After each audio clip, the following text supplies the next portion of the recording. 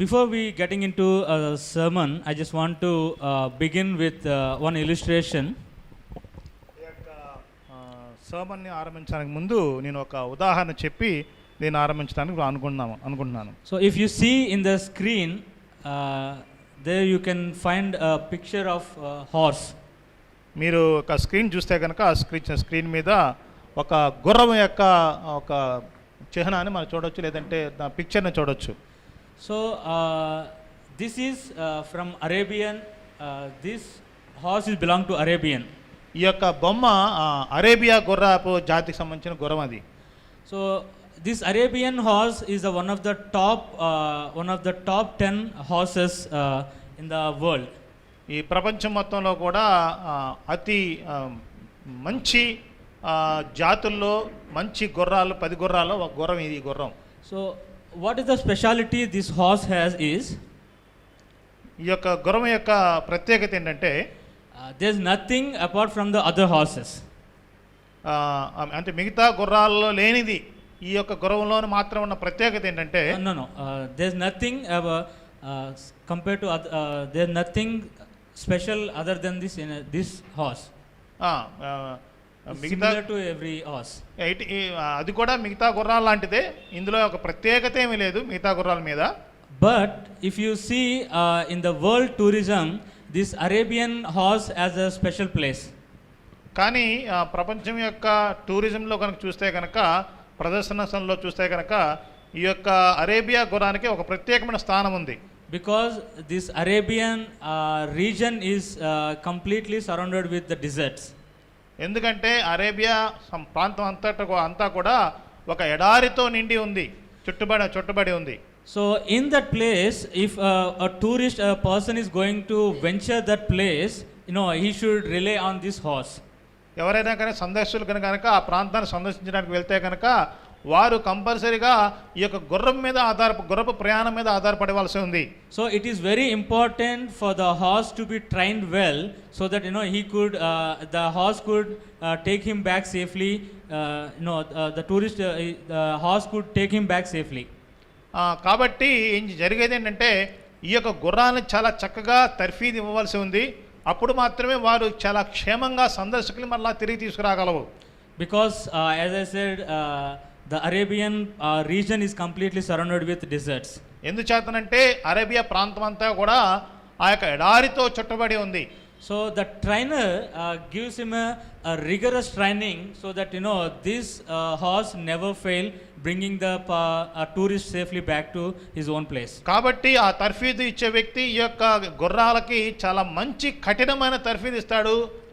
తత్ఫలితంగా ఆ యొక్క గుర్రము ఆ యొక్క సందర్శకుని చాలా క్షేమంగా తీసుకుని తిరిగి రాగలదు. The trainer requires absolute obedience from each horse. కాబట్టి ఆ తర్ఫీదు కావాలని కోరుకునేది ఏంటంటే ప్రతి గుర్రము కూడా తన చెప్పిన ప్రతి ఒక్కటి కూడా పాటించాలని చేయాలని కోరుకుంటాడు. And also he is very required that they should maintain that obedience till the end. కాబట్టి ఆయన నా యొక్క గుర్రపు తర్ఫీదు ఇచ్చే వ్యక్తి కోరుకునేది ఏంటంటే, ఆశించేది ఏంటంటే చివరి వరకు కూడా ఈ గుర్రాలు విధేయత కలిగి ఉంటాయని చెప్పి అనుకుంటాడు. And he'll take all the horses to different trainings, different tests. ఈ యొక్క తర్ఫీదు ఇచ్చే వ్యక్తి ఈ యొక్క గుర్రాల్ని అనేక రకాలైన ట్రైనింగ్ ఇస్తూ ఉంటాడు. And when the final test comes, చివరి పరీక్ష వచ్చినప్పుడు, so that's where many of the horses will fail. చివరి పరీక్షలో జరిగేది అంటే చాలా గుర్రాలు ఫెయిల్ అయిపోతూ ఉంటాయి. So that the final test is to they should live for certain days without drinking water. చివరి యొక్క తర్ఫీదు ఏంటంటే చాలా రోజుల వరకు నీళ్లు త్రాగకుండా జీవించాలి. Because as I said, that Arabian region is surrounded with the desert, there will be no water when they entering into the desert land. కారణం ఏంటంటే ఆ యొక్క అరేబియా ప్రాంతం అంతా కూడా ఎడారి ప్రాంతము. కాబట్టి ఆ ఎడారి ప్రాంతంలో ప్రవేశించిన తర్వాత అక్కడెక్కడ కూడా నీరు లభించదు. కాబట్టి నీరు లేకుండా జీవించవలసిన అవసరం చాలా ఉంటుంది. So they live for several days without drinking water. కాబట్టి ఆ యొక్క గుర్రాలు చాలా రోజులు నీళ్లు త్రాగకుండా జీవించబద్దులై ఉంటారు. And then finally one day the trainer called all the horses to that water fount. చివరిగా జరిగేది ఏంటంటే అన్ని రోజులు వాటర్ తాగకుండా నీళ్లు త్రాగకుండా ఉన్న తర్వాత చివరిగా ఒకసారి ఏం చేస్తాడంటే ఆ యొక్క తర్ఫీదు ఇచ్చే వ్యక్తి ఆ యొక్క గుర్రాలన్నింటినీ కూడా ఆ యొక్క వాటర్ యొక్క పాండ్ ఎక్కడ ఉందో, సరస్సు ఎక్కడ ఉందో, కొలను ఎక్కడ ఉందో ఆ కొలను దగ్గరికి పిలుస్తాడు. So when all the horses approaching that font, he will say stop. ఆ యొక్క కొలనీని సమీపించనై ఉన్నప్పుడు ఆ యొక్క తర్ఫీదు ఇచ్చే వ్యక్తి ఆ గుర్రాలకి ఆగు అంటాడు. So when he said stop, many of the horses will fail. ఎప్పుడైతే అతను కనుక ఆగు అంటాడో అవన్నీ కూడా చాలా గుర్రాలు చేసేది అంటే అవి అక్కడ అపజయాన్ని చవి చూస్తాయి. అవి ఎప్పుడు అవి ముందుకెళ్ళిపోతాయి ఆగకుండా. So that's where they failed in their obedience to the trainer. అక్కడ పరీక్షలు ఏం జరుగుతుందంటే వాళ్ళు వారికి ఇచ్చిన ఆజ్ఞని శిరసావహించకుండా విధేయత చూపించకుండా ఆ యొక్క అవిధేయులైపోతూ ఉంటారు కొన్ని ఆ యొక్క గుర్రాలు. When which horses will remain staying back and facing toward the trainer? ఏ గుర్రాలైతే కనుక ఆగిపోయి చివరికి ఆ యొక్క తర్ఫీదు ఇచ్చే వ్యక్తి వైపు తిరుగుతాయో, so those horses will be qualified to elect in that taking up in the tourism campaigning or ఆ యొక్క గుర్రాలు మాత్రమే ఈ యొక్క సందర్శకుల్ని తీసుకొచ్చే ఆ యొక్క పనిలో నియుక్తి చేస్తారు. Then he will say those who obeyed those horses who obeyed to him, he will say that go and drink the water. ఏ గుర్రాలు అయితే కనుక వాటిని శిరసావించినయో, విధేయత చూపించినయో, ఆగిపోయిన తర్వాత ఆ యొక్క తర్ఫీదు ఇచ్చే వ్యక్తి అంటాడు ఇప్పుడు వెళ్ళి తాగండి అని చెప్తాడు. So you see that how severe the training was. ఇప్పుడు మీరు గమనించవచ్చు ఈ యొక్క గుర్రాలకి ఇచ్చే తర్ఫీదు ఎంత కఠినతరమో మీకు ఇప్పుడు మేము చూడొచ్చు. So it is because that a tourism company entrust a person into the hands of the horse. ఈ యొక్క సందర్శకుల్ని ఆహ్వానించే ఈ యొక్క కంపెనీ ఏదైతే కనుక వీరందరూ కూడా ఈ యొక్క గుర్రాలని నమ్ముతారు. So that is why the rigorous training should be needed for these horses. ఈ యొక్క గుర్రాల మీద ఆధారపడ్డారు కాబట్టి, గుర్రాల మీద ఎంతో నమ్మకాన్ని ఉంచారు కాబట్టి ఆ నమ్మకాన్ని నిజం చేయడానికి నిజమైన మంచి కఠినతరమైన తర్ఫీదు వాటికి అవసరమై ఉంది. So throughout that training the horses should obey to his masters. ఈ యొక్క తర్ఫీదు కాలం అంతట్లో కూడా ఈ యొక్క తర్ఫీదు ఇచ్చే వ్యక్తికి ఆ యొక్క గుర్రాలు విధేయత చూపించాలి. So how hard the training these horses are going through. ఈ యొక్క గుర్రాలన్నీ కూడా చాలా కఠినతరమైన ఆ యొక్క తర్ఫీదుని పొందుకుంటున్న ఎంత కఠినతరమైందో ఒకసారి ఆలోచించండి. Throughout this whole training we see that the trainer only focus on how these horses are obedient to him. ఈ యొక్క తర్ఫీదు కాలం అంతట్లో కూడా ఈ యొక్క తర్ఫీదు ఇచ్చే వ్యక్తి ఒకే ఒక దాని మీద తన యొక్క మనస్సు నిమగ్నం చేస్తాడు, ఎంత ఇవి విధేయత కలిగి చూపిస్తున్నాయి. So today's text also reminds us that how we are obedient to our God. ఈ యొక్క ఈ రోజు నేను మీతో పంచుకునే వాక్య భాగం కూడా మనం దేవునికి ఎంత విధేయత చూపిస్తున్నాము అన్న దాని మీద మాట్లాడుతూ ఉంది. విధేయత. No matter what is our circumstances, but God looks our obedience. మన పరిస్థితులు ఏమైనప్పటికీ కూడా మనం విధేయత కలిగి జీవించాలని దేవుడు ఆశిస్తున్నాడు మన నుంచి. So let's turn today's text is a book of Numbers chapter 13 and 14. ఈ రోజు వాక్య ధ్యానం నిమిత్తం ఎంచుకోబడిన వాక్య భాగం ఏంటంటే సంఖ్యాకాండము 13వ అధ్యాయము and 14th chapter 14. But we'll read 13వ అధ్యాయం మరియు 14వ అధ్యాయము. But we'll read chapter 13 verse 27 to 33. మనము 13వ అధ్యాయం 27వ వచనం నుంచి 33వ వచనం వరకు చదువుదాం. And again we read chapter 14 verse 5 to 9. అంత మాత్రమే కాకుండా 14వ అధ్యాయము 5వ వచనం నుంచి 9వ వచనం వరకు కూడా చదువుదాం.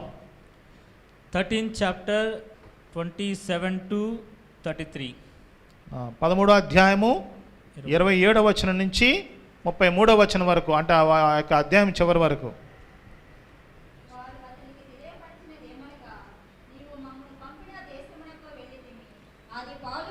ప్రవహించు దేశమే, దాని పండ్లు ఇవి.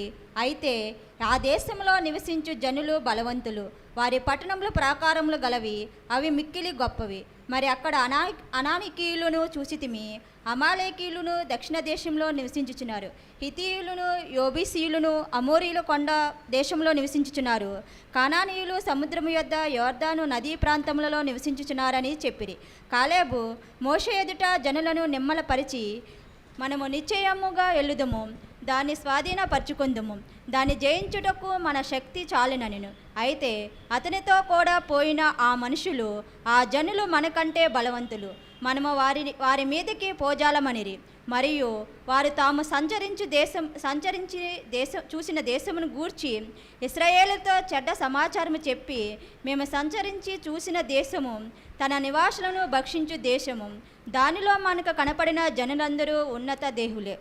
అక్కడ నెఫీయులను సంబంధులై అనాకు వంశపు నెఫీయులను చూసితిమి. మా దృష్టికి మేము మిడతల వలె ఉంటిమి, వారి దృష్టికి అట్లనే ఉంటిమనిరి. Chapter 14 verse 5 to 9.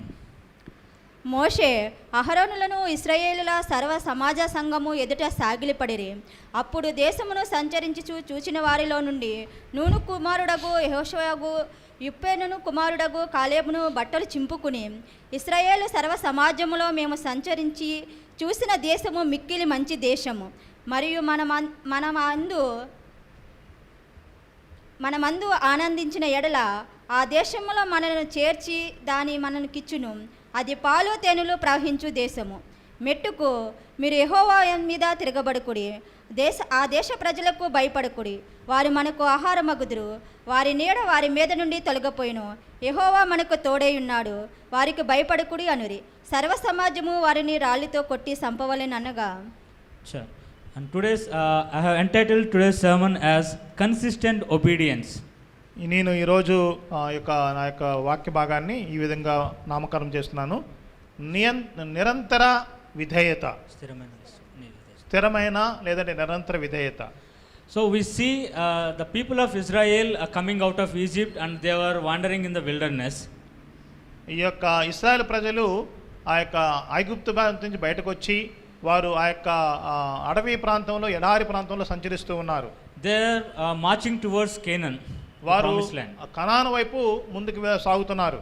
So they were still in the desert and they moved from the Mount Sinai to Kadesh dry land. వారు ఇంకా యొక్క ఎడారిలోనే ఉన్నారు. ఆ యొక్క మౌంట్ సినాయి పర్వతం నుంచి కాదేశ్ బర్నియా వైపు ముందు కొనసాగుతున్నారు. And they were literally preparing to enter into the promised land. వారు ఆ యొక్క కాదేశ్ బర్నియా నుంచి ఆ యొక్క కనాను ప్రాంతంలోకి ప్రవేశించడానికి తమను తాము సిద్ధపరచుకుంటున్నారు. And God instructed Moses to select 12 men from 12 tribes, and all these 12 tribes has to spy the land, spy the promised land. దేవుడు ఈ యొక్క మోషేకి ఇచ్చిన ఆజ్ఞ ఏంటంటే, నువ్వు 12 గోత్రాల నుంచి 12 మందిని ఎన్నుకున్న తర్వాత వారందరూ కూడా ఈ యొక్క కనాను ప్రాంతానికి వెళ్ళి అక్కడ సంచరించి అక్కడ గూఢాచారులుగా చూసి దాన్ని చూసి మీకు సమాచారం అందిస్తారని చెప్పారు. So these 12 tribes went and they spied the whole land. ఈ యొక్క 12 మంది ఎన్నుకోబడిన వ్యక్తులు ఆ యొక్క ప్రాంతానికి వెళ్ళారు. ఆ గూఢాచారికి వెళ్ళి ఆ సమాచారాన్ని తెలుసుకోవడానికి ప్రయత్నించారు. అక్కడ ఉన్న ప్రజలు ఎలా ఉన్నారు, అక్కడ పరిస్థితులు ఎలా ఉన్నాయని తెలుసుకోవడానికి ప్రయత్నించారు. The spying was lasted not just for 1 day or 1 week.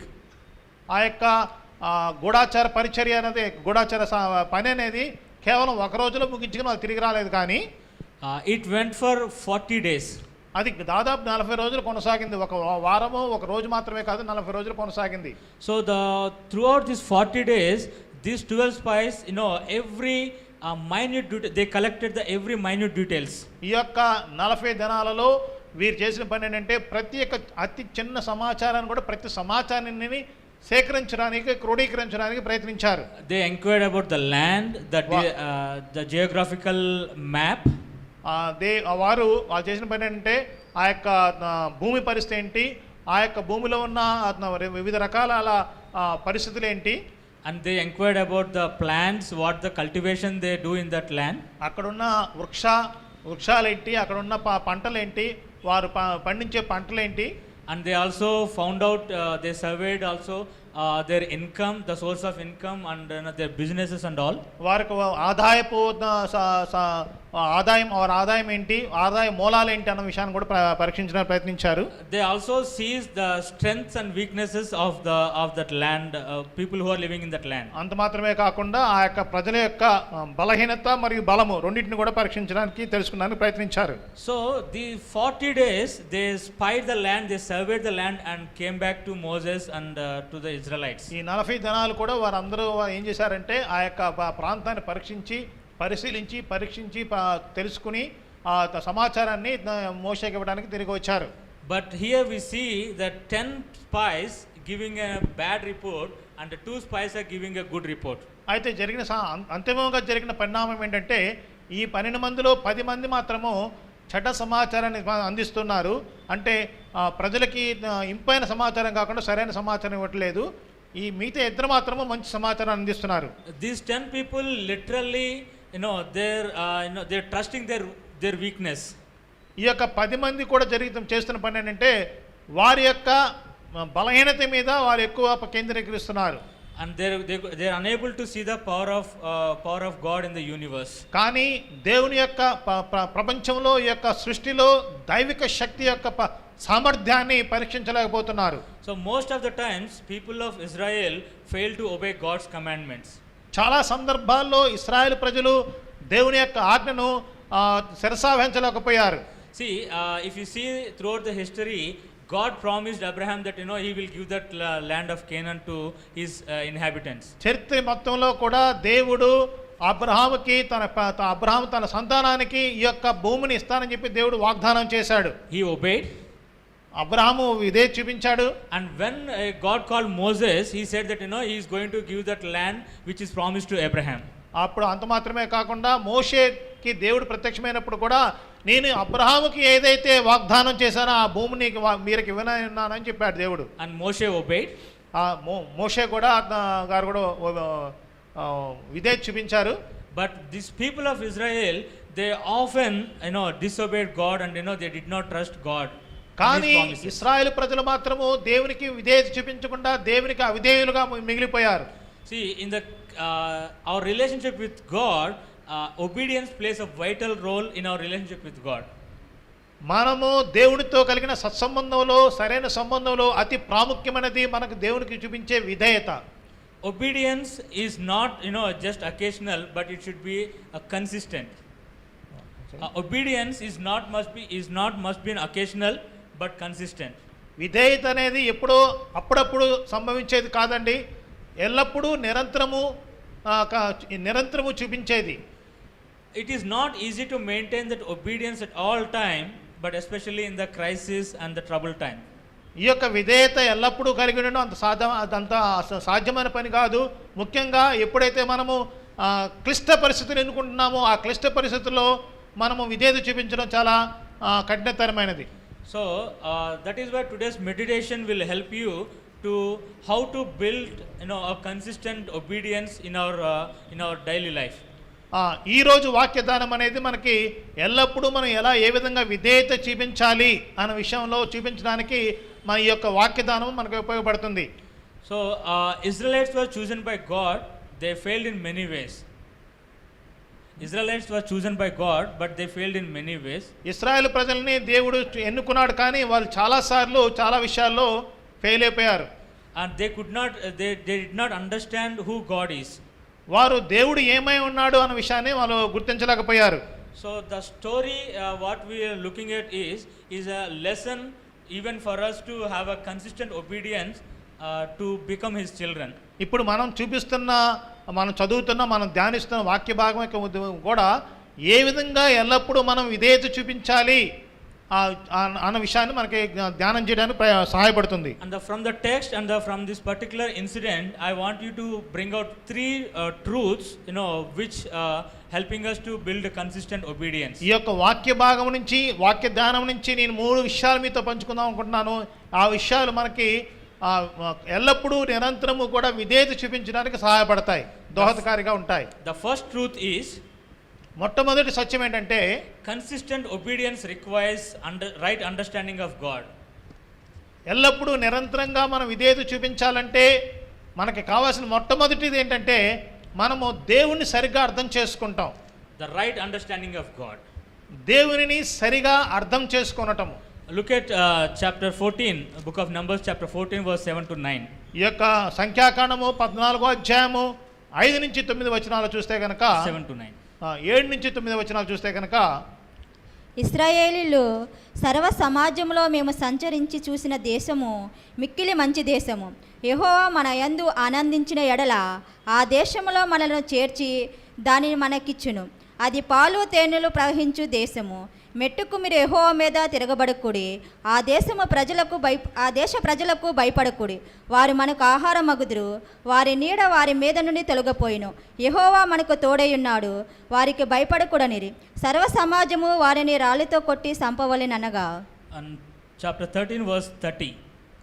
13వ అధ్యాయము 30. 30వ వచనము. కాలేబు మోషే ఎదుట జనులను నిమ్మలపరిచి మనము నిశ్చయముగా ఎలుదము, దాన్ని స్వాధీనపరచుకుందము, దాన్ని జయించుటకు మనకు శక్తి సాలిననెను. Yes, enough. Here we see there are 4 men of faith in the camp. ఈ యొక్క సమాజంలో, ఇశ్రాయేల్ సమాజంలో 4 విశ్వాసం కలిగిన వ్యక్తులు ఉన్నారు, విశ్వాస వీరులు ఉన్నారు. So Moses, Aaron, Caleb and Joshua. మోషే, అహరోను, కాలేబు మరియు యెహోషువ. And these 4 men, they are trying to change the situation. ఈ 4 కూడా ప్రజలకు వివరించి ఆ పరిస్థితిని మార్చడానికి ప్రయత్నిస్తూ ఉన్నారు. These 4 men, 4 people standing against 10 people as well as the rest of the Israelites. ఈ యొక్క 10 మంది కూడా ఈ యొక్క 10 మంది యొక్క గూఢాచారులకి, మిగిలిన ఇశ్రాయేలుకి వారి నిర్ణయానికి వ్యతిరేకంగా నిలబడుతున్నారు. Moses, Aaron, Joshua and Caleb had a right understanding about God. ఈ యొక్క మోషే, అహరోను, కాలేబు, యెహోషువలకి దేవుని పట్ల సరైన అవగాహన కలిగి ఉన్నారు వాళ్ళు. And that right understanding are making them to take a strong step, a strong stand in the time of troubles or ఎప్పుడైతే difficulties. సమస్య వచ్చినప్పుడు, క్లిష్ట పరిస్థితులు వచ్చినప్పుడు, ఆ పరిస్థితుల్లో సరైన నిర్ణయం తీసుకోవడానికి, సరైన ఒక అవగాహన చేసుకోవడానికి, ఒక నిర్ణయం తీసుకోవడానికి వీరికి సహాయపడుతుంది. ఏంటంటే వారు సరైన అవగాహన కలిగి ఉన్నారు దేవుని పట్ల. ఆ సరైన అవగాహన అనేది వారికి సరైన నిర్ణయం తీసుకోవడానికి దోహదపడుతుంది. So here we see we can excuse Moses as their leader, Aaron as their high priest.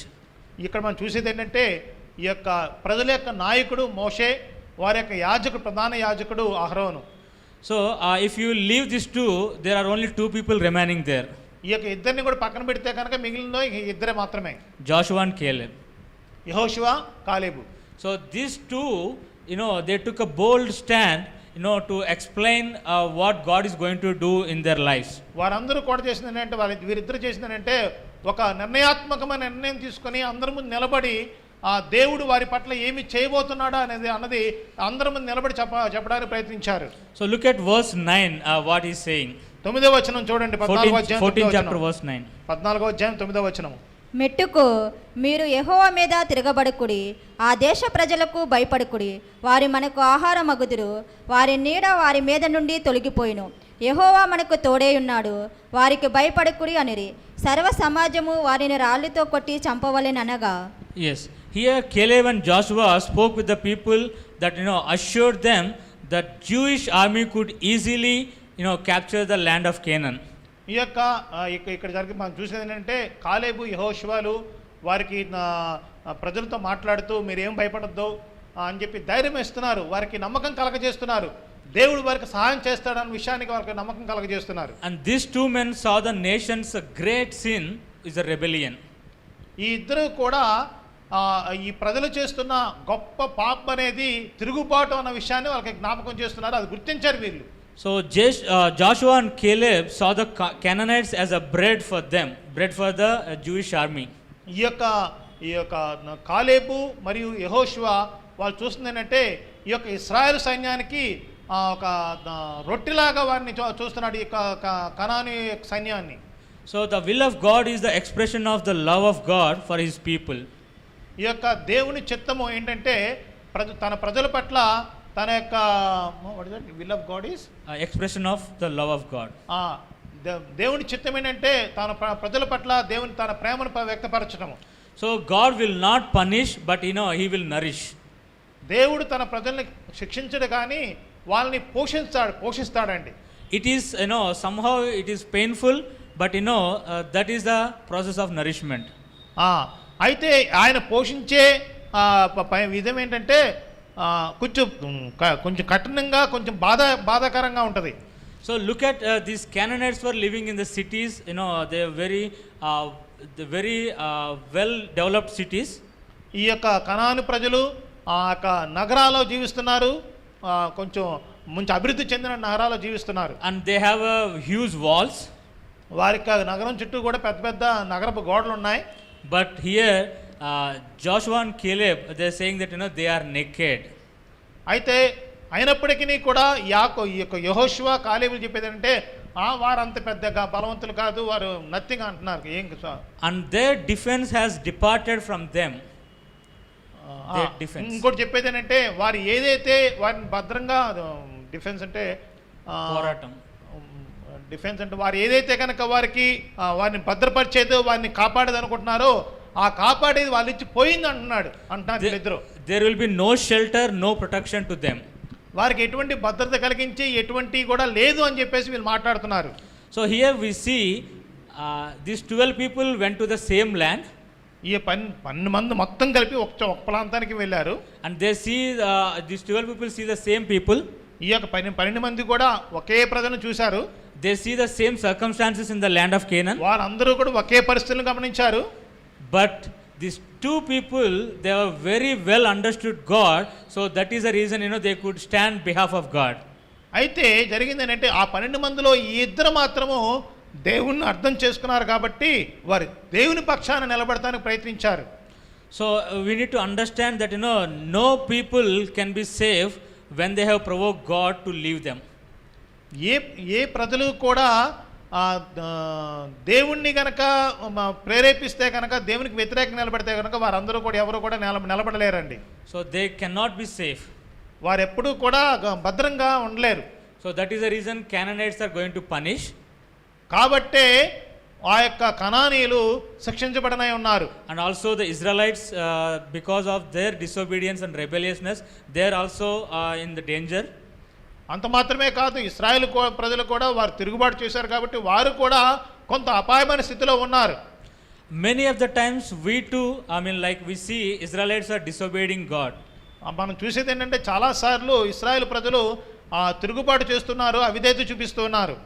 The reason, they did not obey God, they did not understand God. కారణం ఏంటంటే వారు దేవుని అర్థం చేసుకోలేదు, దేవుని అవగాహన చేసుకోలేదు. If you look at the life of Abraham, he understood God very well. Abraham జీవితాన్ని చూస్తే కనుక ఆయన దేవుని సరిగా అవగాహన చేసుకున్నాడు, అర్థం చేసుకున్నాడు. So that is the reason when he asked his son to give a sacrifice on a Mount of Moriah. కాబట్టే ఆ దేవుడు తన ఒక్కగానొక కుమారుడైన యెస్సాకుని ఆ యొక్క మొరియా పర్వతం మీద బలియమని అడిగినప్పుడు he did not refuse God and he did not rebel against God. ఆయన దేవునికి నేను ఇవ్వనని చెప్పాలని తిరస్కరించలేదు. అంత మాత్రమే కాకుండా దేవునికి వ్యతిరేకంగా తిరుగుబాటు చేయలేదు. But he obeyed God. కానీ ఆయన ఏం చేశాడంటే దేవునికి విధేయత చూపించాడు. Because he knew God very well. కారణం ఏంటంటే అబ్రహాముకు దేవుని గురించి బాగా సరైన అవగాహన కలిగి ఉన్నాడు. So my dear church, it is very important that you and I need to have a right understanding of God. అవును ప్రియ సంగమా, కాబట్టి నీవు నేను మనందరం కూడా దేవుని పట్ల సరైన అవగాహన కలిగిన వారమై ఉండవాలను. Because my father is a Christian, my father is a pastor, or my father is a son of a ministry member, that I don't gain that knowledge of God. నేనేదో ఒక క్రైస్తవుని కాబట్టి నా తండ్రి పాస్టర్ గారు కాబట్టి నా తల్లిదండ్రులు ఏదో సేవలో ఉన్నారు కాబట్టి నేనేదో నా దేవుని యొక్క అవగాహన కలిగి ఉండలేనండి. So I should personally have the right understanding of God. నాకు నేనుగా వ్యక్తిగతంగా నేను దేవుని పట్ల దేవుని గురించిన సరైన అవగాహన కలిగి ఉండాలి. It is not matter that how many years you are being a Christian. నువ్వు ఎన్ని సంవత్సరాల నుంచి క్రైస్తవుడు అన్నది అప్రస్తుతమండి. So how much you understood God is the matter today. కానీ ప్రస్తుతమైనది సరైన ముఖ్యమైన విషయం ఏంటంటే నువ్వు ఎంతగా దేవుని ఎరిగి ఉన్నావు. So that is very important. అది చాలా ప్రాముఖ్యమైనది. So as I ask you to bring a coin with you, hope you all get the coin. మీరందరినీ కూడా కాయిన్ని తీసుకురమని చెప్పాను, మీరు అందరూ తీసుకొచ్చారు అనుకుంటున్నాను. I don't know how many of you got. ఎంతమంది తీసుకొచ్చారండి కాయిన్స్? Coin. కొంతమంది తీసుకొచ్చారు. Okay, we'll do an exercise now. మనం ఒక చిన్న ఎక్సర్సైజ్ చేద్దాం. Keep everything aside and take a coin with your one hand. మీరందరూ కూడా మీ చేతిలోని అన్ని పక్కన పెట్టి మీ ఒక కాయిన్ తీసుకోండి. And close your one eye with another hand. మీరు మిగతా వేరే చేత్తో మీ యొక్క కళ్ళు మూసేసుకోండి. Okay, ready? So you put your coin, it's at arm distance, an arm distance. చెయ్యి చాచేంత దూరంలో ఈ యొక్క కాయిన్ పెట్టండి. Okay, you see the coin size, how much the coin size is. మీకు కాయిన్ యొక్క ఆ యొక్క నాణ్యం యొక్క సైజ్ మీకు తెలుసు కాబట్టి. Okay, now you bring closely to your eyes, very close. ఈ యొక్క నాణ్యాన్ని తీసుకొని మీ యొక్క కంటికి అతి సమీపంగా తీసుకురండి. Very close to your eye. చాలా దగ్గరగా తీసుకురండి. Now tell me, is it big or small? ఇప్పుడు చెప్పండి, ఇది పెద్దదా చిన్నదా? పెద్దగా. Yes, big. Did the coin size change? ఇప్పుడు ఆ యొక్క నాణ్యం యొక్క పరిమాణం పెరిగిందండి, ఏమన్నా మారిపోయిందా? The same coin, right? Same ఒకటే నాణ్యం. So when we see that coin for a certain distance, it is, it looks small. మీరు ఎప్పుడైతే ఈ యొక్క నాణ్యాన్ని దూరంగా చూస్తారో అది చాలా చిన్నదిగా కనపడతా ఉంటుంది. But when you bring it to close to your eyes, it looks very big. మీ యొక్క కంటికి చాలా దగ్గరగా మీకు అతి సమీపంగా వచ్చినప్పుడు అది చాలా పెద్దదిగా కనపడతా ఉంటుంది. So as simple as that, to understand our God. ఇది మనకి అంత సులువుగా మనం అర్థం చేసుకున్నామో అంతే సులువుగా మన దేవుని కూడా అర్థం చేసుకోవచ్చు. So if you keep your God in certain distance, you cannot understand fully. నువ్వు ఎప్పుడైతే కనుక నీ దేవుణ్ణి దూరంగా పెడుతూ ఉంటావో అప్పటి వరకు నువ్వు దేవుని సరిగా అర్థం చేసుకోలేవు. But when you have a close relationship or an intimate relationship with God, that's where you will gain his understanding on him. ఎప్పుడైతే నువ్వు దేవునితో అతి దగ్గరగా సమీపమైన సంబంధ బాంధవ్యాలు కలిగి ఉంటావో, మాట్లాడుతూ ఉంటావో, అప్పుడు మాత్రమే నీవు దేవుని పట్ల సరైన అవగాహన కలిగి ఉండగలుగుతావు. My dear church, it is very, very important to know and understand who God is. ప్రియ సంగమా, కాబట్టి దేవుడు ఏమై ఉన్నాడు, దేవుడు ఎవరు అన్న విషయాన్ని చాలా స్పష్టంగా సుస్పష్టంగా తెలుసుకోవాల్సిన వారమై ఉన్నాము. చాలా ప్రాముఖ్యమైనది. Unless you understand God, you cannot fully obedient to him. ఎప్పటి వరకైతే కనుక నీవు దేవుని సరిగా అవగాహన చేసుకోలేవో అప్పటి వరకు నువ్వు దేవునికి సరిగా నువ్వు విధేయత చూపించలేవు. What makes difference between Joshua, Caleb with the 10 spies? ఈ యొక్క యెహోషువ కాలేబుల్ని మిగతా వారితో ప్రత్యేకించింది ఏంటి అంటే, it is only the understanding of God. అది ఏంటంటే వారికి దేవుని పట్ల కలిగి ఉన్న అవగాహన, వారు అర్థం చేసుకున్న విధానము. So no matter what the people are going to do to them, but they still obeyed, they still stood for the truth. ప్రజలు వారి పట్ల ఏ విధంగా స్పందించనే ఉన్నారో అది అప్రస్తుతమని అయినప్పటికీ కూడా వారు దేవుని కోసం నిలబడిన వ్యక్తులు వారు. See, chapter 14 verse 9, at the end of the chapter verse 9, the people are ready to stone them. 14వ అధ్యాయము 9వ వచనము చివరి భాగంలో చూస్తే కనుక ఈ యొక్క యెహోషువ కాలేబుని సర్వ సమాజము కూడా రాళ్లతో కొట్టి చంపడానికి ప్రయత్నించిందండి. But still, they have a right understanding of God. That's where they obey to God. అటువంటి సమస్య ఉన్నప్పటికీ వారు దేవునికి విధేయత చూపించడానికి కారణం ఏంటంటే వారు దేవుని పట్ల సరైన అవగాహన కలిగి ఉన్నారు. So consistent obedience requires right understanding of God. నువ్వు నిరంతరము కూడా ఎల్లప్పుడూ విధేయత చూపించే వ్యక్తిగా ఉండాలంటే దానికి ఒకటి కారణము, అదేంటంటే నీవు దేవుని పట్ల సరైన అవగాహన కలిగి ఉండటము. The second truth here is, రెండవ నిజం ఏంటంటే, the consistent obedience requires strong faith. ఈ యొక్క నిరంతరము విధేయత చూపించాలంటే నీకు నీకు ఒక బలమైన విశ్వాసం నువ్వు కలిగి ఉండాలి. You should have a strong faith to maintain that consistent obedience. నీవు బలమైన విశ్వాసం కలిగి ఉన్నప్పుడు మాత్రమే నువ్వు నిరంతరమైన విధేయత నువ్వు చూపించగలుగుతావు. So look at chapter 13 verse 27 to 29. 13వ అధ్యాయము 27వ వచనం నుంచి కనుక మనం చూస్తే కనుక 33వ వచనం వరకు 29వ వచనం చూస్తే కనుక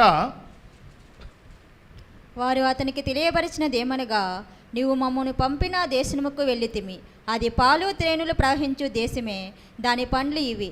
అయితే ఆ దేశంలో నివసించు జనులు బలవంతులు, వారి పట్టణ ప్రకారములు గలవి, అవి మిక్కిలి గొప్పవి.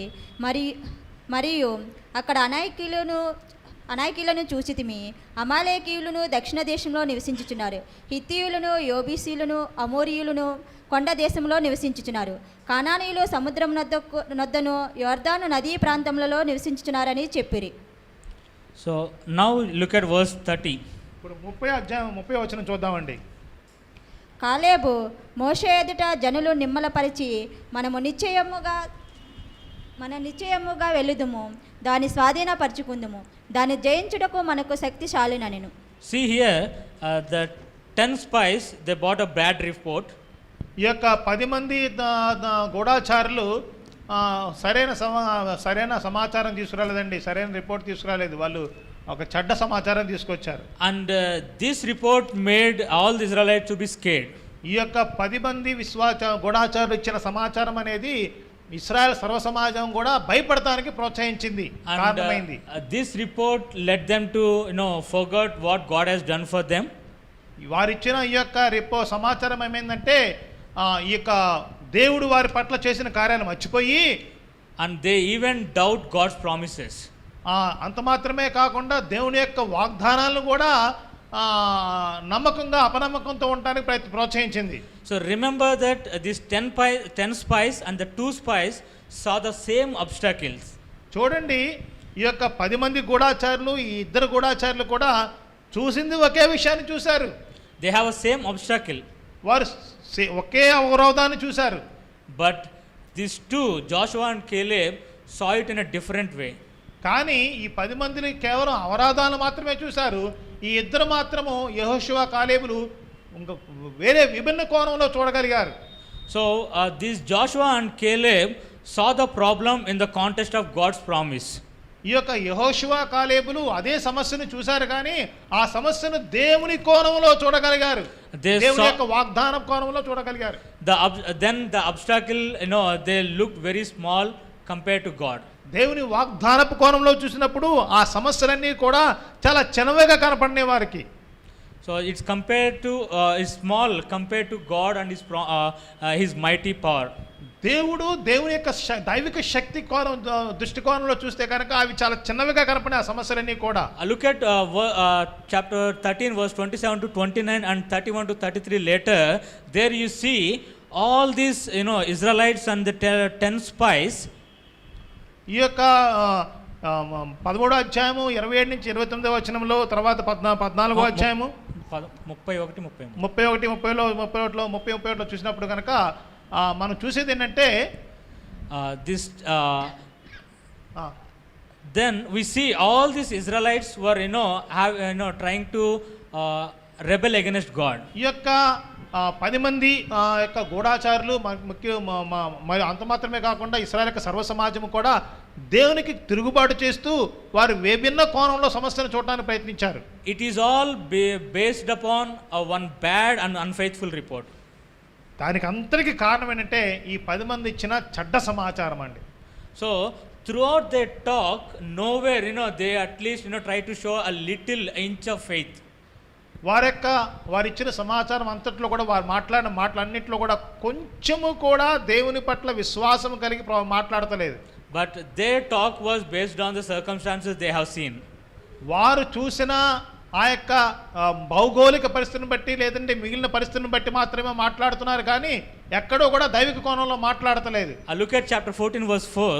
Very interesting. 14వ అధ్యాయం 4వ వచనం చూస్తే కనుక, వారు మనము నాయకుని ఒకని నియమించుకుని ఐగుప్తునకు తిరిగి వెళ్ళిద్దామని ఒకనితో ఒకడు చెప్పుకొనగా.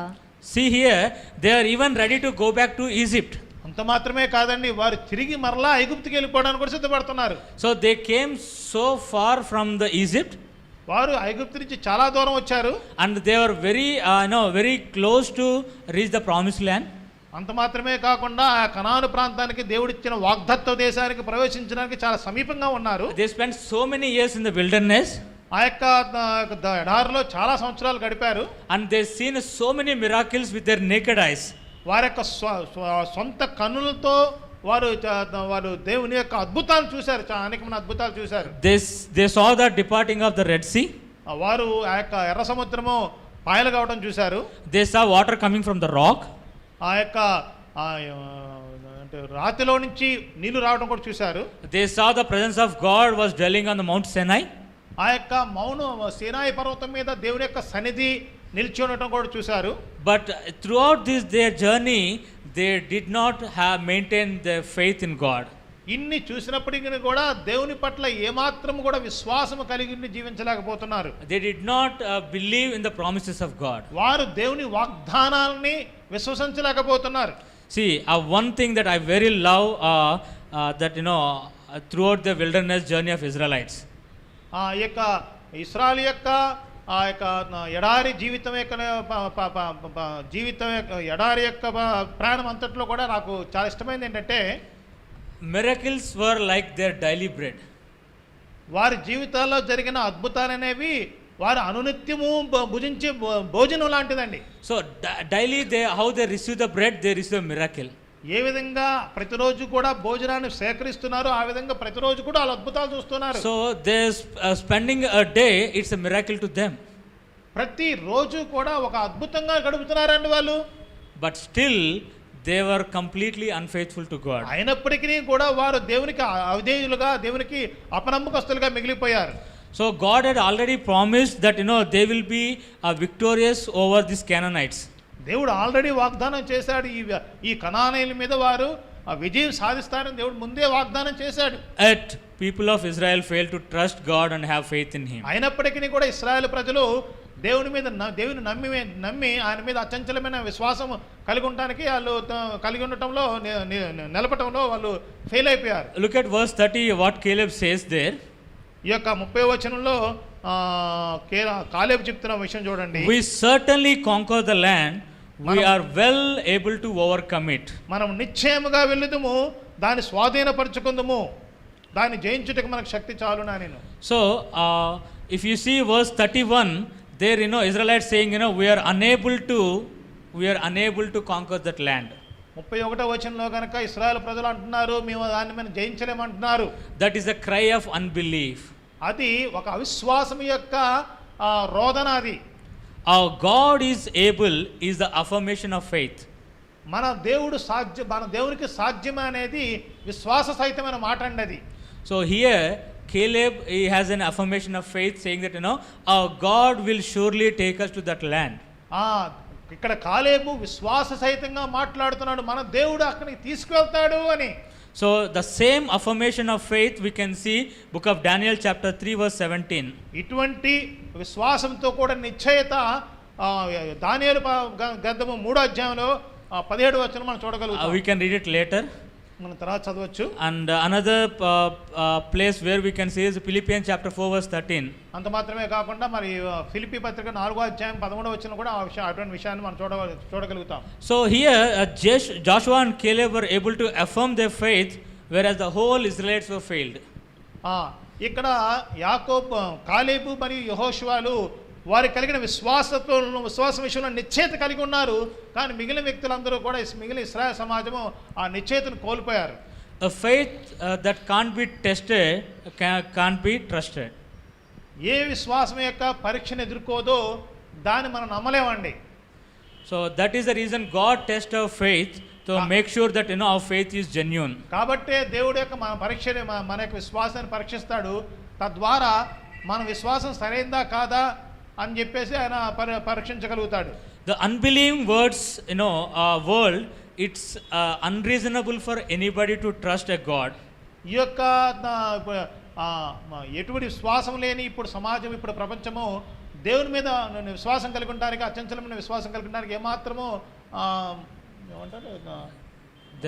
ఏమాత్రం సరిగా ఏమాత్రము ఉండలేరు, ఏమాత్రం ఉండదు.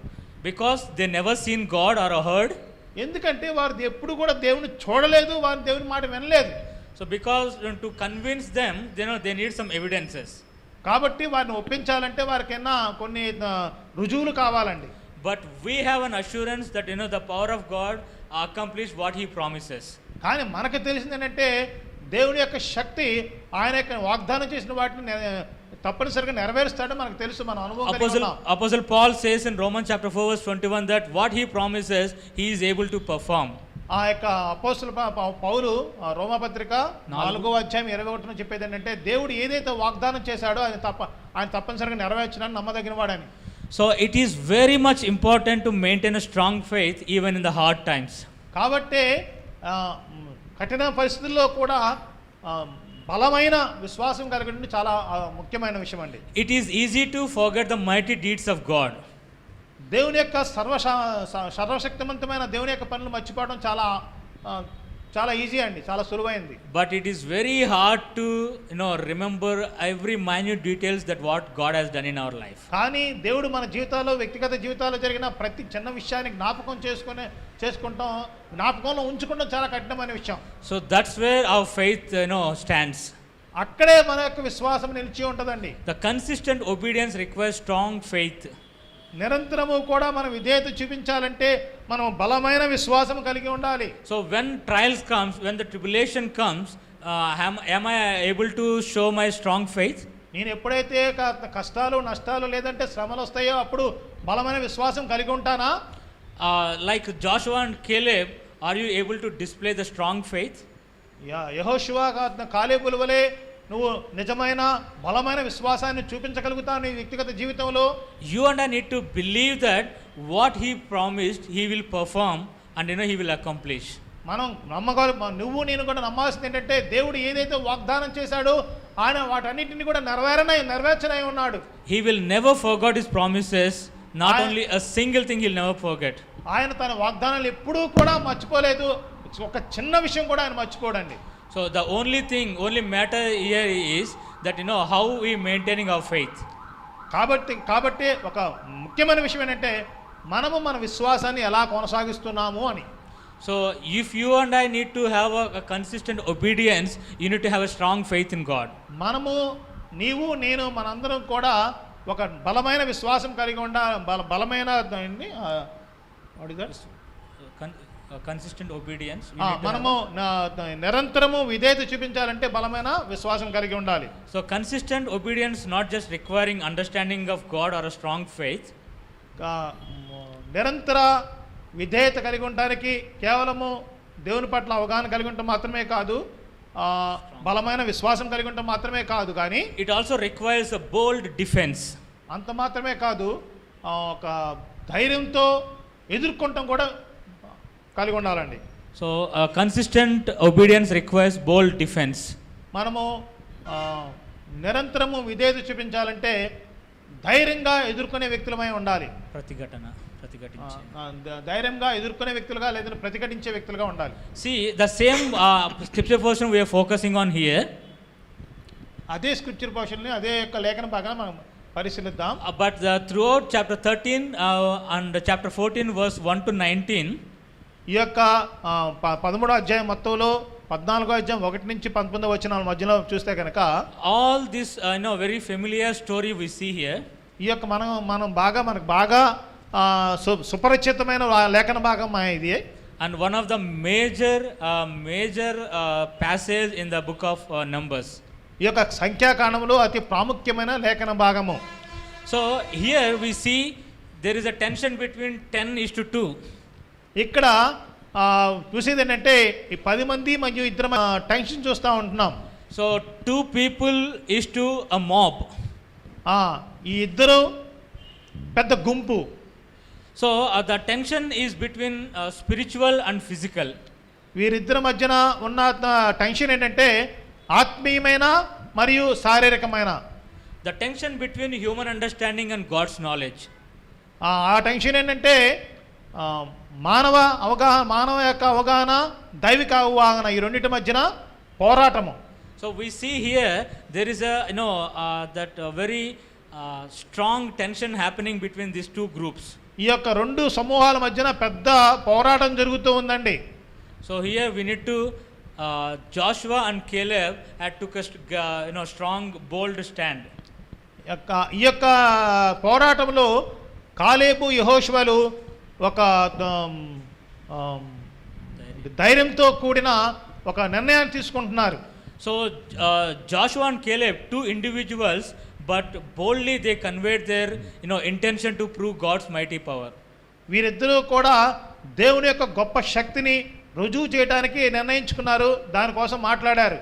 But sadly the whole Israelites that group obeyed to or believed to the 10 spies report. కానీ ఇశ్రాయేల్ సర్వ సమాజము కూడా ఈ యొక్క 10 మంది చెప్పిన సమాచారాన్ని విశ్వసించారు. So this is the ground even Christianity facing today. ఇప్పుడు కూడా క్రైస్తవ్యము ఎదుర్కొన్న సత్యం ఇదేనండి. So we are minority, very few in number. మనము అల్ప సమాజం, మనం చాలా తక్కువ మందిమి.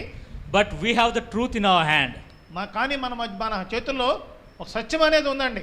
But we are facing so much giants before us.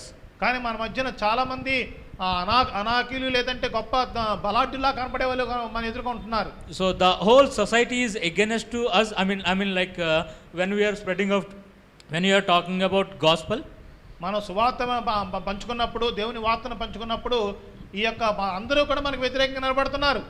So that's where you and I need to take a bold defense. కాబట్టి మనం ఏం చేయాలంటే ఒక ధైర్యంతో కూడిన ఒక నిర్ణయాన్ని మనం తీసుకోవాలి, ఒక అడుగేయాలి మనము. See, I'm not asking you to go and fight with to the people of other faith. నేను చెప్పేది ఏంటంటే మీరు అందరూ వెళ్ళిపోయి మిగతా విశ్వాస ప్రమాణాలు కలిగిన వ్యక్తులు అందరితో వెళ్ళి పోట్లాడమని చెప్పట్లేదండి.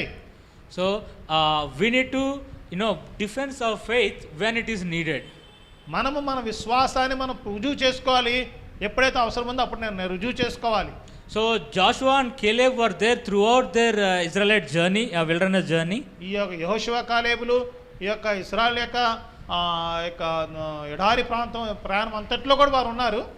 But when the situation asking them to talk, that's where they open up and they are speaking behalf of God. కానీ ఎప్పుడైతే కనుక పరిస్థితులను బట్టి వారు మాట్లాడవలసిన పరిస్థితి వచ్చిందో అక్కడ వారు నోరు తెరిచి మాట్లాడుతున్నారు. So likewise you and I need to defend our faith when time comes. కాబట్టి మనము అదే విధంగా మనం కూడా ఎప్పుడైతే సమయం వస్తుందో ఆ సమయానుకాలంగా మనం మన యొక్క విశ్వాసాన్ని నిశ్చయంగా మాట్లాడుతూ రుజువు చేసుకోవాల్సిన వారమై ఉన్నాము. It is not just I'm having faith and telling to others that I have faith. ఇది ఎలా కాదండి, నాకు విశ్వాసం ఉంది కాబట్టి నేను విశ్వాసం ఉన్నాను, నేను విశ్వసిస్తున్నాను అని చెప్పి ఇతరులకు ఏదో చెప్పడం కాదు. But in due times we need to prove our faith by defense.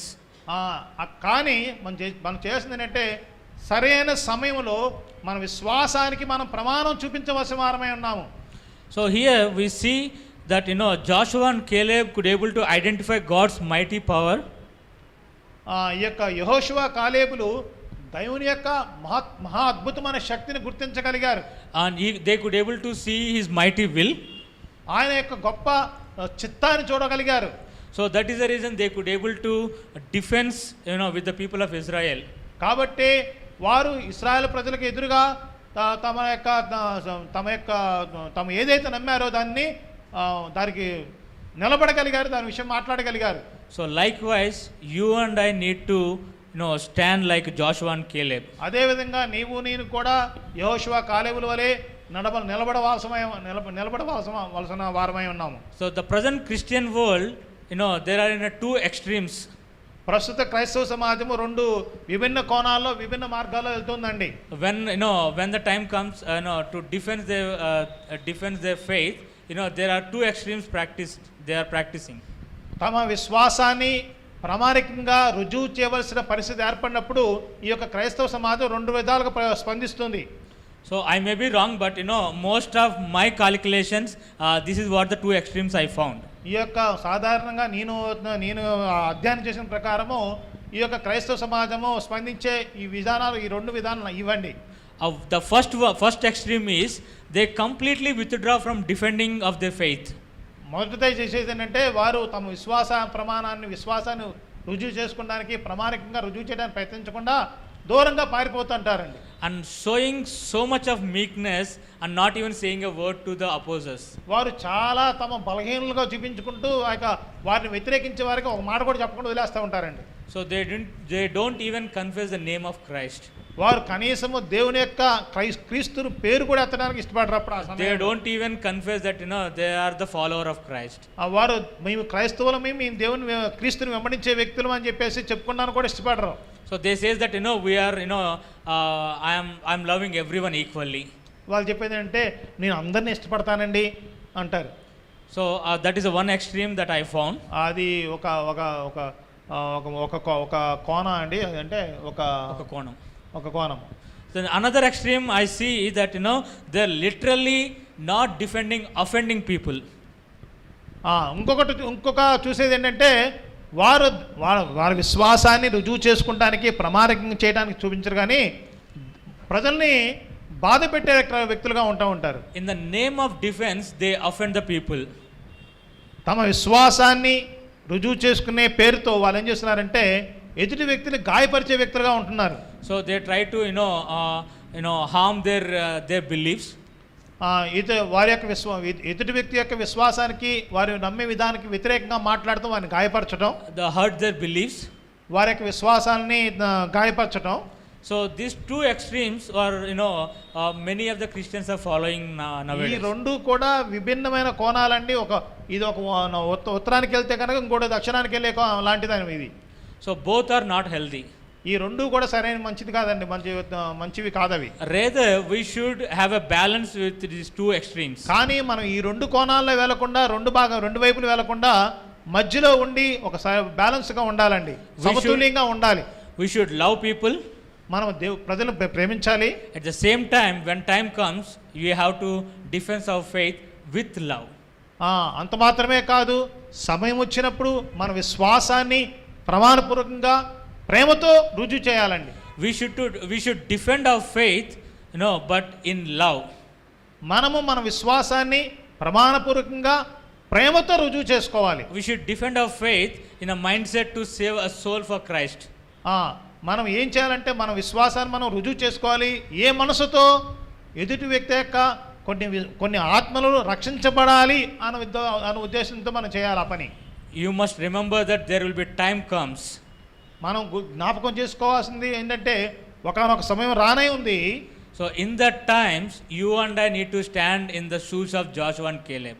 ఆ సమయంలో నీవు నేను కూడా ఈ యొక్క యెహోషువ కాలేబుల యొక్క స్థానంలో నిలబడవలసిన వారమై ఉన్నాము. So there will be people opposing to us. ప్రజలు మనకు వ్యతిరేకంగా నిలబడే వ్యక్తులు ఉంటారు. They are saying words against to us. మనకు వ్యతిరేకంగా మాట్లాడుతూ ఉంటారు. But you and I need to tell that God is with us. కానీ నేను చెప్పవలసింది అంటే దేవుడు మా పక్షాన ఉన్నాడు, దేవుడు మాకు తోడై ఉన్నాడు. So I am not going to fear of anything. నేను దేనికి కూడా భయపడను, ఏ విషయంలో భయపడే వ్యక్తిని కాను. I need to prove my faith and I need to defend my faith. నేను నా విశ్వాసాన్ని రుజువు చేసుకోవాలి, నేను నా విశ్వాసాన్ని ప్రమాణపూర్వకంగా రుజువు చేసుకోవాల్సిన వారినే ఉన్నాను. But I will do that with love. కానీ దాన్ని నేను ప్రేమతో చేస్తాను. So that is what you and I need to practice. అది నీవు నేను కూడా సాధకం చేసుకోవాల్సిన వారమే ఉన్నాము. So here Joshua and Caleb, and they're trying to calm down the people and encourage them to have faith in God and trust His promises.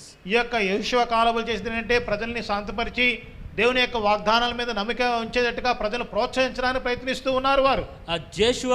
Joshua and Caleb stood as a bridge between people of Israel and the promised land. ఈ యొక్క యెహోషువ కాలేబులు ఇశ్రాయేలు ప్రజలకి ఆ యొక్క కనాను దేశానికి మధ్యన వారధిగా నిలబడ్డారండి వారిద్దరు కూడా. So your defense will stand as a bridge to unbeliever and people of other faith to come to Christ. నువ్వు ఏ విధంగా నీ విశ్వాసాన్ని రుజువు చేసుకోవడానికి, నీ విశ్వాసాన్ని ప్రదర్శించడానికి ప్రయత్నిస్తూ ఉంటావో అదే విషయము ప్రజలకి దేవుని యొక్క రాజ్యం చేరడానికి ఒక వారధిగా నిలబడుతుందండి. Amen. So you are going to be a bridge to an unbeliever to Christ. నీవు నేను కూడా క్రీస్తుకి ఒక అవిశ్వాసికి మధ్యన ఉన్న వారధిగా ఉండబోతున్నాము. So that is why you need to express your faith but in love. కాబట్టి నీవు నీ యొక్క విశ్వాసాన్ని వ్యక్తపరచవలసిన బద్ధుడవై ఉన్నావు, కానీ అది ప్రేమతో మాత్రమే. the defense or expressing our faith is a very vital part of Christianity. మన యొక్క విశ్వాసాన్ని ప్రకటించడం అనేది క్రైస్తవ జీవితంలో అతి ప్రాముఖ్యమైనదండి. So when time comes, when it is needed, you need to defend our faith. సమయం వచ్చినప్పుడు తప్పనిసరిగా నీవు నీ విశ్వాసాన్ని మన విశ్వాసాన్ని రుజువు పరచవలసిన వారమై ఉన్నాము. We should reason with people when time comes, but always do it with love and respect. మనము మన విశ్వాస విషయమై ప్రజలతో రీజనింగ్ అంటే కారణాలు చూపుతూ మనం వారికి వ్యక్తపరచవలసిన వారమే ఉన్నాము, కానీ ప్రేమతో మాత్రమే. So that's where that is the situation we see Joshua and Caleb. ఈ విషయమే మనము యెహోషువ కాలేబుల జీవితాలు మనం చూడగలుగుతాం. So they never curse the Israelites. వారు ఎప్పుడూ కూడా ఇశ్రాయేల్ ప్రజల్ని వారు శపించలేదండి. They never say a word against these Israelites. Israel ప్రజలకు వ్యతిరేకంగా వారు మాట్లాడలేదు. They only bring out the point that who God is, what he promised, what he's going to do. కానీ వారు చేసింది ఏంటంటే దేవుడు ఏమై ఉన్నాడు, దేవుడు ఎవరు, దేవుడు చేసిన వాగ్దానాలు ఏంటి, వాడు ఆయన చేయబోతున్నాడు. So this is what you and I need to do in our defense also. మనం కూడా మన విశ్వాసాన్ని మనం రుజువు చేసుకున్నాను మనం మన ప్రయత్నంలో మనం కూడా చేయవలసిన పనులు అవే. So I seen so many leaders or pastors mocking at other beliefs of other faith. చాలా మంది నేను కొంతమంది పాస్టర్లని దేవుని సేవకులు చూస్తూ ఉంటాను. వారు చేసే పని అంటే ఇతర విశ్వాసులు ఇతర మతస్థుల యొక్క విశ్వాసం విషయంలో చాలా వ్యంగ్యంగా మాట్లాడుతూ ఉంటారు. So that's where we are closing doors to spread the gospel in that place. అది మంచి విషయం కాదండి. అలా చేయటం వల్ల మనము ఆ యొక్క మనకి సువార్తను ప్రకటించాలని మనకున్న అవకాశాన్ని మనమే మూసేసుకుంటున్నాం. Rather we should become a bridge so that those people will come to the truth. మనము మూసివేసిన తలుపుల వలె కాకుండా ఒక వారధులుగా ఉండాలండి వాళ్ళు మనకు క్రీస్తు దగ్గరికి రావడానికి. So that is happens when you have a strong faith and when you have a bold defense. ఎప్పుడైతే నీవు కనుక బలమైన విశ్వాసము కలిగి ఎప్పుడైతే కనుక బలీయంగా నీవు నీ యొక్క విశ్వాసాన్ని ఏంటి డిఫెన్స్ ఏమంటావు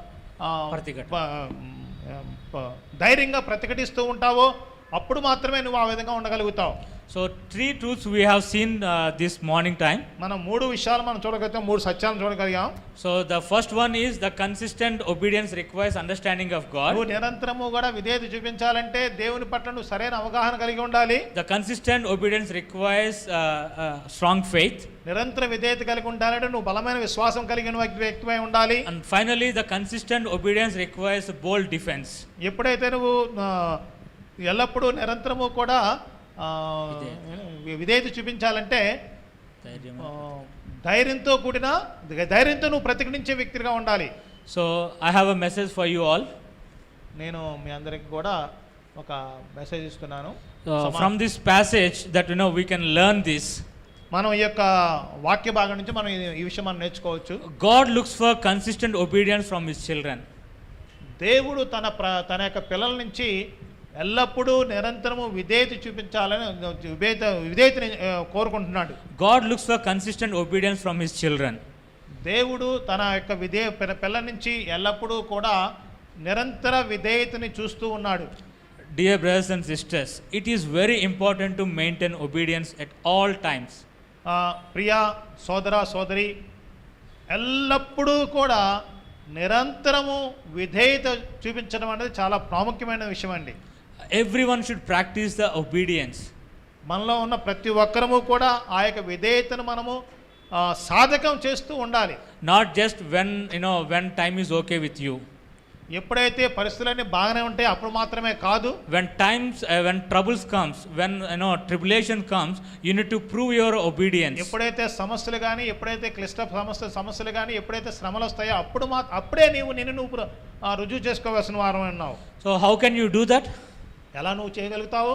First of all, you need to understand who God is. మొట్టమొదటిసారిగా నువ్వు దేవుని యొక్క పట్ల సరైన అవగాహన కలిగిన వ్యక్తి ఉండాలి. And you need to have a strong faith in him. నీవు బలమైన విశ్వాసం కలిగి ఉండాలి. And in times you need to defend your faith.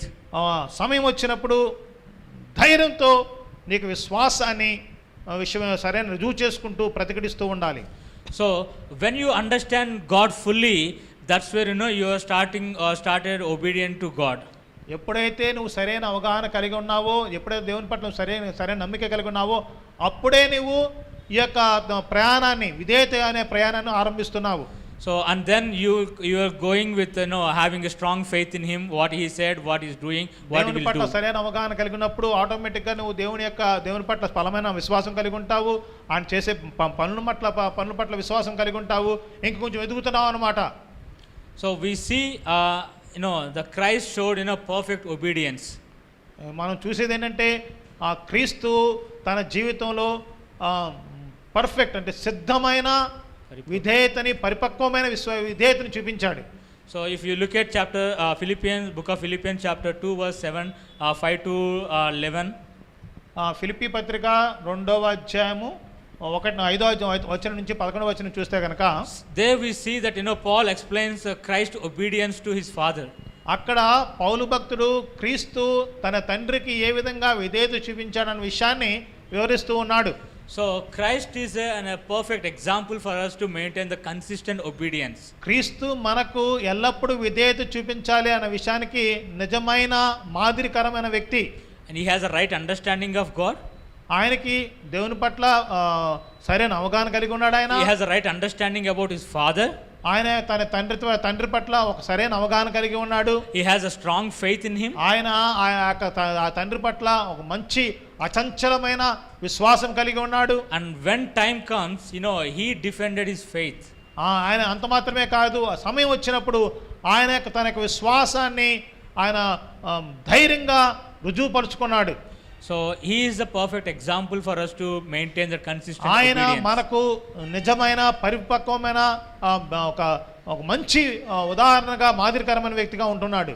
So you and I need to take that example and lead our life, our Christian life with a consistent obedience. ఆయన మనము కూడా, నేను కూడా ఆయన ఇచ్చిన ఆ యొక్క మాదిరికరమైన జీవితాన్ని మనం ముందుంచుకొని మనం కూడా అటువంటి మంచి విధేయత కలిగిన జీవితాన్ని కొనసాగించవలసిన వారమే ఉన్నాము. Let's stand on our feet and we'll bow down our heads and ask God to give us that consistent obedience to be his children. మనందరం కూడా నిలబడి ప్రార్థన చేద్దాం. దేవుడు మనకు అటువంటి విధేయత కలిగిన జీవితం అందించినట్లుగా. So let's ask God that he will give us that right understanding of him, so that we'll fully understand him. దేవుని ప్రార్థన చేద్దాం. దేవా, నీ పట్ల నీ సరైన అవగాహన కలగడానికి సహాయం చేయి ప్రభువా. ఆ విధంగా నిన్ను సరిగ్గా అర్థం చేసుకోవడానికి, నిన్ను అవగాహన చేయడానికి సహాయం చేయని ప్రభు అని ప్రార్థన చేద్దాం. He had made so many promises with you. మనకి దేవుడి నుంచి చాలా వాగ్దానాలు ఉన్నాయి. And he is fulfilling all the promises what he has promised to you. ఆయన ఏదైతే వాగ్దానాలు నీకు చేశాడు, నీ జీవితంలో చేశాడో అవన్నీ కూడా ఆయన నెరవేరుస్తూ ఉన్నాడు. It may be late, it may be delayed, but it's not denied. అవి ఒకవేళ ఆలస్యం అవ్వచ్చు, కానీ అవి తృణీకరించబడతలేదు దేవుడు చేసిన వాగ్దానాలు ఏవి కూడా. So you should have that faith in God. ఈ విశ్వాసము నువ్వు కలిగి ఉండాలి. And you also should take a stand when time comes. You need to be defense boldly. ఎప్పుడైతే సమయం వస్తుందో, సమయం ఆసన్నమైనప్పుడు నీవు నీ విశ్వాసం విషయంలో బలంగా, దృఢంగా, ధైర్యంతో సమాధానం చెప్పే వ్యక్తిగా ఉండాలి. మనందరం కూడా ఆ ప్రార్థనలో ఏకీభవిద్దాం. అందరూ కూడా కళ్ళు మూసుకొని మనందరం కూడా ప్రార్థన చేద్దాం. హల్లెలూయా, హల్లెలూయా. ఈ సమయంలో మనందరం కూడా దేవుడు మనకు అలాంటి స్థిరమైన విధేయతను మనకు అనుగ్రహించాలని చెప్పి మనం అడుగుతాం.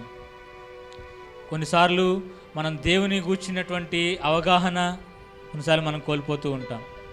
దేవుని మనం పూర్తిగా అర్థం చేసుకోలేని పరిస్థితుల్లో ఉంటున్నామేమో. మా తల్లిదండ్రులు క్రైస్తవులు, లేకపోతే ఏదో క్రైస్తవ కుటుంబం నుంచి నేను వచ్చాను, నేను పుట్టుక క్రైస్తవుని అని చెప్పి అది మనం పూర్తిగా దేవుని అర్థం చేసుకోలేము. కానీ వ్యక్తిగతంగా దేవునితో సరైనటువంటి సంబంధాన్ని కలిగి ఉండటం ద్వారాగా దేవుణ్ణి మనం అర్థం చేసుకుని స్థిరమైన విధేయతను మనం కలిగి ఉందాం. బలమైన విశ్వాసము ఈరోజు క్రైస్తవుల్లో మనం చూడగలగాలి. విశ్వాసము ఉంటుంది. ఆ విశ్వాసం ఏదో కొన్ని పరిస్థితులకు లోబడి ఉంటుంది. కానీ పరిస్థితులు ఎలా ఉన్నప్పటికీ, అది కఠినమైన సులువైనప్పటికీ నేను బలమైన విశ్వాసాన్ని కలిగి ఉండాలి. అనేటువంటి ఒక నిశ్చయత మనం కలిగి ఉందాం. అలాగే సమయం వచ్చినప్పుడు ఆ సమయం అనుకూలమును బట్టి నేను ధైర్యంగా ప్రతిఘటించడానికి కూడా నేను సిద్ధంగా ఉండాలి. ప్రియ సంగమా, దేవుడు మనల నుంచి కోరుకునేది ఎల్లప్పుడూ మనం ఆయనకు విధేయత కలిగి ఉండాలని చెప్పని. ఆయన మనల్ని నమ్మి ఆయన రాజ్య సువార్తను ప్రకటించే గొప్ప భాగ్యాన్ని మన చేతుల్లో పెట్టాడు అంటే మనము ఆ స్థిరమైన విధేయతను చూపించడం ద్వారాగా ఆయన నమ్మకాన్ని మనము రుజువుపరచగలం. మనం స్థిరమైన విధేయత కనుక మనం లేనట్లయితే, మన విధేయతలో మన స్థిరత్వాన్ని కొనసాగించలేనట్లయితే మన ద్వారా కొన్ని ఆత్మలు పరలోకానికి రావటం ఆగిపోతాయేమో. కాబట్టి దయచేసి స్థిరమైన విశ్వాసాన్ని మన అనుదిన జీవితంలో మనం కలిగి ఉందాం.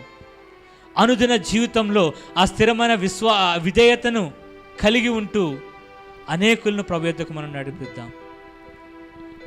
మనకున్నటువంటి ఆ దేవుని పట్ల ఉన్న అవగాహనను ఇతరులకు ప్రకటిస్తూ, మన యొక్క విశ్వాసాన్ని ఇతరులకు చూపిస్తూ, విశ్వాసంతో మనం ముందుకు వెళ్తూ అనేకులకు మన విశ్వాసాన్ని రుజువుపరుస్తూ అనేకులను ప్రభు యొద్దకు మనం నడిపించేటువంటి గొప్ప ఆయన బిడ్డలుగా, ఆయన పిల్లలుగా మనం ఉండాలని చెప్పి దేవుడు కోరుకుంటూ ఉన్నాడు.